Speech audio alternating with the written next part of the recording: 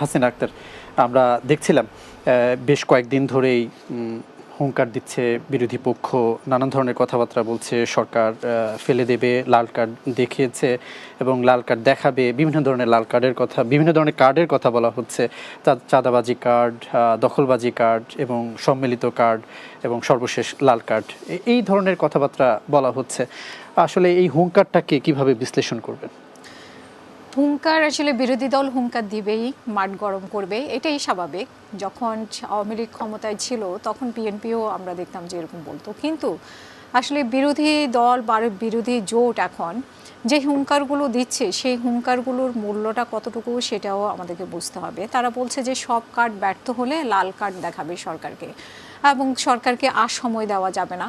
এই কথাগুলো কিন্তু আমরা নির্বাচনের 1 মাস পর থেকেই আমরা সরকার বিরোধী দলের এই জোট থেকে হুঙ্কার, বিশেষ করে এনসিপি থেকে এবং এনসিপির সাথে জামাতেরও আমরা দেখি হুঙ্কার। কিন্তু এই 2-3 দিন থেকে যে হুঙ্কারটা আমরা দেখলাম, বিশেষ করে কর্নেল ওলি তিনি কিন্তু দল ত্যাগ করে গিয়েছেন জামাতে, যখন নির্বাচনের আগে খুবই আয়োজন ছিল, চারদিকে শোনা গেছে যে জামাতই ক্ষমতায় আসবে, এরকম কিন্তু একটা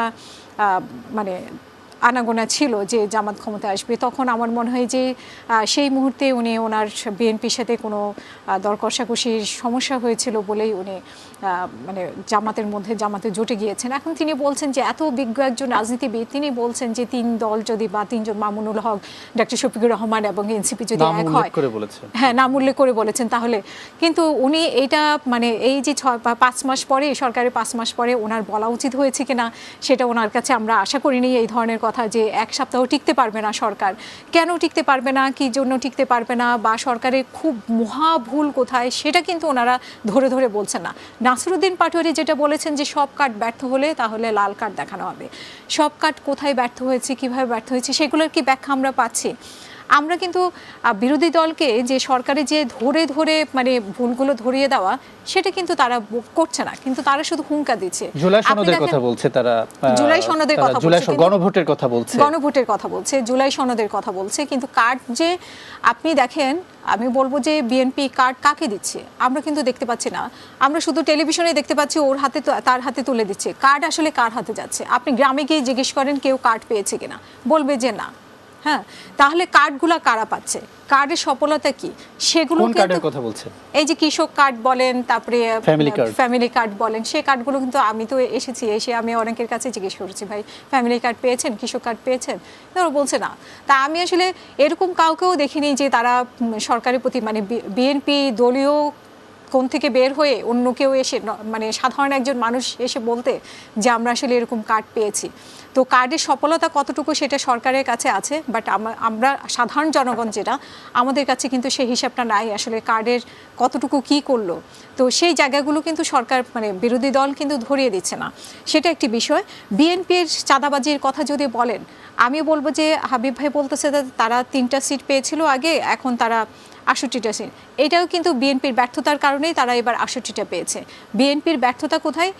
অন্তর্বর্তীকালীন সরকার যখন ছিল তখন বিএনপি চাঁদাবাজি হুড় করে চাঁদাবাজি বেড়ে গিয়েছিল, তখন কিন্তু বিএনপি কিন্তু সেই চাঁদাবাজিটাকে বা বিভিন্নভাবে যে অপরাধের সাথে জড়িয়ে গেছিল সেটাকে কিন্তু কন্ট্রোল করতে পারেনি। বিএনপি যদি কন্ট্রোল করতে পারতো, বিএনপি আরও অনেক বেশি সিট পেত বলে আমি মনে করি, এবং সেখানে জামাতের জনপ্রিয়তা কিন্তু অনেক বেড়েছে। আবার বিএনপি থেকে বলা হয় যে সেখানে ডক্টর ইউনূসের একটা কারসাজি ছিল জামাত এবং এনসিপির সাথে ডক্টর ইউনূসের, সেটাও ঠিক।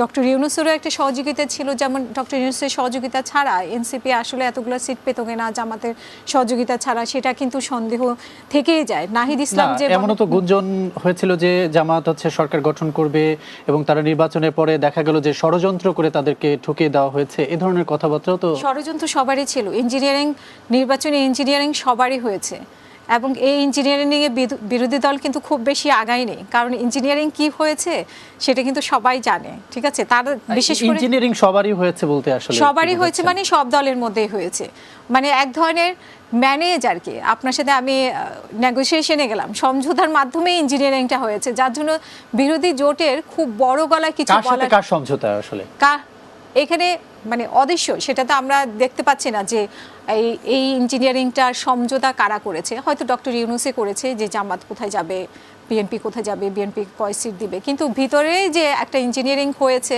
এবং সেটা বিএনপিও জানে, জামাতও জানে এবং এনসিপিও জানে, যার জন্য এই ইঞ্জিনিয়ারিং নিয়ে মাঝে মাঝে ডক্টর শফিকুর রহমান বলে যে বুকে কষ্ট নিয়ে ফ্রি অ্যান্ড ফেয়ার হয়েছে এই নির্বাচনটা, কোনো ইঞ্জিনিয়ারিং এটি হয়নি, এই ধরনের সুষ্ঠু হয়েছে, সর্বশ্রেষ্ঠ একটা নির্বাচন হয়েছে, এই ধরনের কথাবার্তা যে বলা হয়, এটা তো বলবেই।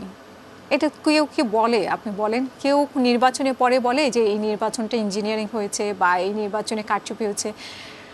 শেখ হাসিনার আমলে যে নির্বাচনগুলো হয়েছে মানে সেগুলো আপনি কি বলবেন? কিন্তু সরকার কি কোনোদিন বলেছে বা নির্বাচন কমিশন কি বলেছে যে নির্বাচনে রাতের ভোট হয়েছে, আমিরামি নির্বাচন হয়েছে? কোনোদিনও কেউ বলে না।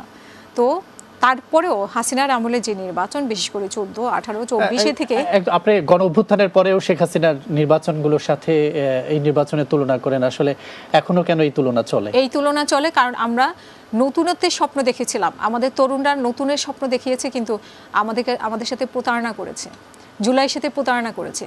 ওরা যে বলে যে কি ধরনের প্রতারণা এবং কারা করেছে? হ্যাঁ, আমি সেটাই বলছি, এনসিপি বা তরুণ নেতারা করেছে। এনসিপির সাথে যারা জুলাইতে যারা ছিল সেই তরুণরা আমাদেরকে স্বপ্ন দেখিয়েছিল যে নতুনত্বের, সেই নতুনত্বের অনেক কিছুই করা তাদের পক্ষে সম্ভব ছিল, কিন্তু তারা এখন বিএনপিকে বলছে যে বিএনপি যদি গণভোট বা জুলাই সনদ না মানে তাহলে তারা গাদ্দার, জুলাইয়ের সাথে গাদ্দারি করতেছে। কিন্তু প্রথম গাদ্দারি কিন্তু এনসিপি বা অন্যান্য মানে যারা ফ্রন্ট লাইনে ছিল, বিশেষ করে এনসিপির কথাই বলবো, যেহেতু তারা ক্ষমতায় বসেছিল, তারা ক্ষমতা পেয়ে তারা আসলে ভুলে গেছে যে জুলাইয়ের যে বাস্তবতা সেটা আসলে কি ছিল। তারা যে এখন জুলাই সনদের কথা বলে বা গণভোটের বাস্তবায়নের কথা বলে, তারাই কিন্তু প্রথমে প্রতিজ্ঞাটা ভঙ্গ করেছে এবং যার জন্য মানে আমরা সেই জায়গায় সেই রকম একটা নির্বাচন আমরা পাইনি। আমাদের দেশটা ডক্টর ইউনূস সরকারের সময় 5ই আগস্টের পরে অনেক কিছু হতে পারত, অনেক নতুন কিছু আসতে পারত, সুন্দর একটা নির্বাচন আমরা পেতে পারতাম, কিন্তু সেটা থেকে আমরা বঞ্চিত হয়েছে। যদিও বলা হয় যে ডক্টর ইউনূস সরকারকে বিএনপি সাপোর্ট করে নাই বা বিএনপি সহযোগিতা করেনি, আমার মনে হয় বিএনপি থেকে তারা সহযোগিতা ঠিকমতো নিতে পারেনি। ঠিক আছে, তো বিএনপিকে যখনই রেখেছে বা এনসিপি আর তো মানে জামাত ইসলাম তো তাদেরই দল এরকম বলা যায়। তারপরে আমি বলবো যে আলটিমেটলি 5ই আগস্টের পরে আমরা সুন্দর একটা বাংলাদেশ পেতে পারতাম, সুন্দর একটা নির্বাচন পেতে পারতাম, আরো কিছু পেতে পারতাম, কিন্তু সেই ক্ষেত্রে আপনার কথায় অনেকগুলো হতাশার কথা পারতাম এই কথাটা বলা হচ্ছে। আসলে কেন হলো না, আসলে কেন হলো না এবং এখানে কার ছিল, তো এখানে কার ত্রুটি বিচ্যুতি এগুলো ছিল? আসলে আমি বলবো যে এনসিপি তারা হয়তো তরুণ নেতা, তখন তো এনসিপি হয়নি, তারা তরুণ নেতা, তাদের বয়স অল্প। আমি এখানে প্রধানত দায়ী করব ডক্টর ইউনূস সরকারকে। ডক্টর ইউনূসের সরকার অনেক দায়িত্বশীলভাবে কাজ করতে পারত। এই যে তরুণ নেতারা আছে তাদের মধ্যে সুন্দর গঠনমূলক রাজনীতি চর্চা করাতে পারত, কিন্তু সেটা না করে তাদেরকে ক্ষমতায় বসে দিয়েছে এবং তাদের মধ্যে ক্ষমতার লোভ ঢুকিয়ে দিয়েছে। ঠিক আছে, এইটাই আমাদের আসলে বাংলাদেশের ভবিষ্যৎকে আমি মনে করি যে ডক্টর ইউনূস সরকার প্রথমত, এবং দ্বিতীয়ত এই যে তরুণরা আমাদের নতুনত্বের স্বপ্ন দেখিয়েছে সেই স্বপ্ন তারা পূরণ করতে দেয়নি। অনেক ধন্যবাদ হাবিব।